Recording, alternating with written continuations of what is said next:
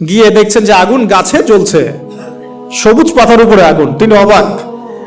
এই সময় আওয়াজ আসলো, বিসমিল্লাহির রহমানির রহিম, ইন্নী আনা রব্বুক ফাখলা'না আলাইক ইন্নাকা বিল ওয়াদিল মুকদ্দাস তুয়া।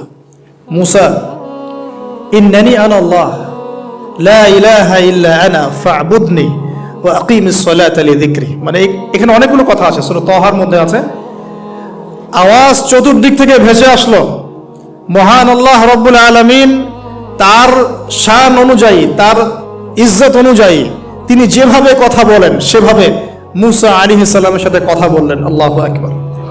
বললেন, ইয়া মুসা, হে মুসা, ইন্নানি আনা আল্লাহ, নিশ্চয়ই আমি আল্লাহ, লা ইলাহা ইল্লা আনা, আমি ছাড়া কোনো ইলাহ নাই, ফা'বুদনি, তুমি আমার ইবাদত করো, ওয়া আকিমিস সালাতা লিযিকরি, আমার ইবাদতের জন্য সালাত কায়েম করো।